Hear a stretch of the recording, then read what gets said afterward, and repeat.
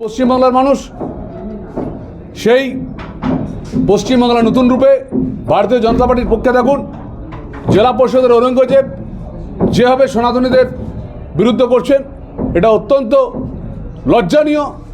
তাদের লড়াই তাদের মধ্যে থাকুক, কিন্তু একটা কথা বলতে চাই যে পুরোপুরিভাবে যখন দেখা যায় মানুষ অসহায়, যখন দেখা যায় মানুষ দুর্বিষহ অবস্থায় বাস করছে বীরভূমে, যখন দেখা যায় বাংলাদেশি রোহিঙ্গারা এসে বীরভূমের সাধারণ মানুষের উপর অত্যাচার করছে, তখন তাদের দুজনের নাটক জমে যায়।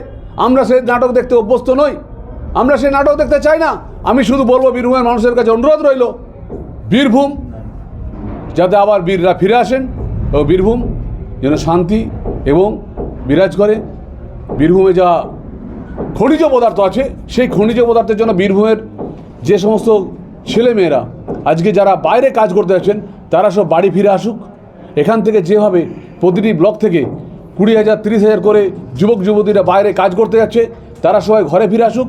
এখানের যারা খনিতে কাজ করবেন তারা আসুন। বিষ্ণুপুরের বীরভূমের থেকে সমস্ত খনিজ আমরা পশ্চিমবাংলায় নতুন করে গড়ে তুলি, বীরভূমকে নিয়ে আমরা এগিয়ে চলি, এটাই আমার আহ্বান থাকবে।